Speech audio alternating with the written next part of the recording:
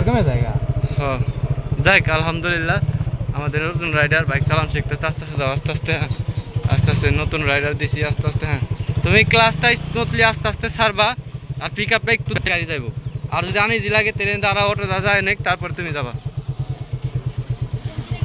হালকা ক্লাস ছাড়ো আর একটু পিক আপ দাও তাহলে স্মুথলি গাড়ি যাইব। ঠিক আছে আস্তে আস্তে। হ্যাঁ যাও আস্তে আস্তে যাও।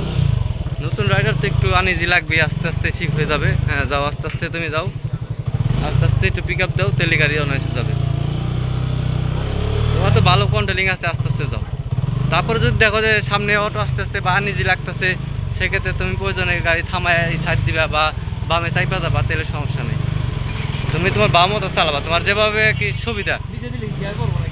নিচে দিলে গিয়ার পড়বো না, খুঁটটা দিলে উপর দিলে গিয়ার পড়বো, উপর মুখে দিলে গিয়ার পড়বো, দুয়ে তিনে যা ফালাইতে চাও।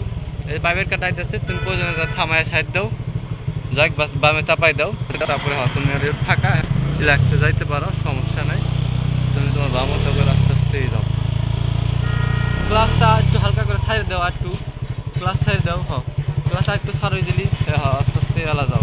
হালকা পিক আপ দিয়ে তুমি স্মুথলি তোমার বাম মতো তুমি আরামসে রাইড করতে করতে দাও।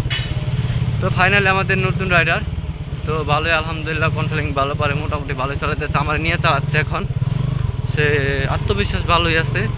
এখন ডাবলিং চালাইতেছে, তখন সে সিঙ্গেল রাইডার ছিল, এখন ডাবলিং আসলে আমি বললাম যে মোটামুটি হাত ক্লিয়ার আছে, তো আমি বইয়ে দিলে আর ইজিলি হবে। তো আস্তে আস্তে তুমি যাও, ইনশাল্লাহ মোটামুটি হয়ে গেছে। আর 2 দিন সে ড্রাইভিং করলে মাশাল্লাহ পুরো রাইডার হয়ে যাবে, সমস্যা নেই। আসলে বাইক চালানো যায় ইজিলি, কিন্তু মেইন হলো বাইকের কন্ট্রোলিংটা ভালোভাবে কন্ট্রোলিং শিখতে হবে, শিখতে পারলেই না।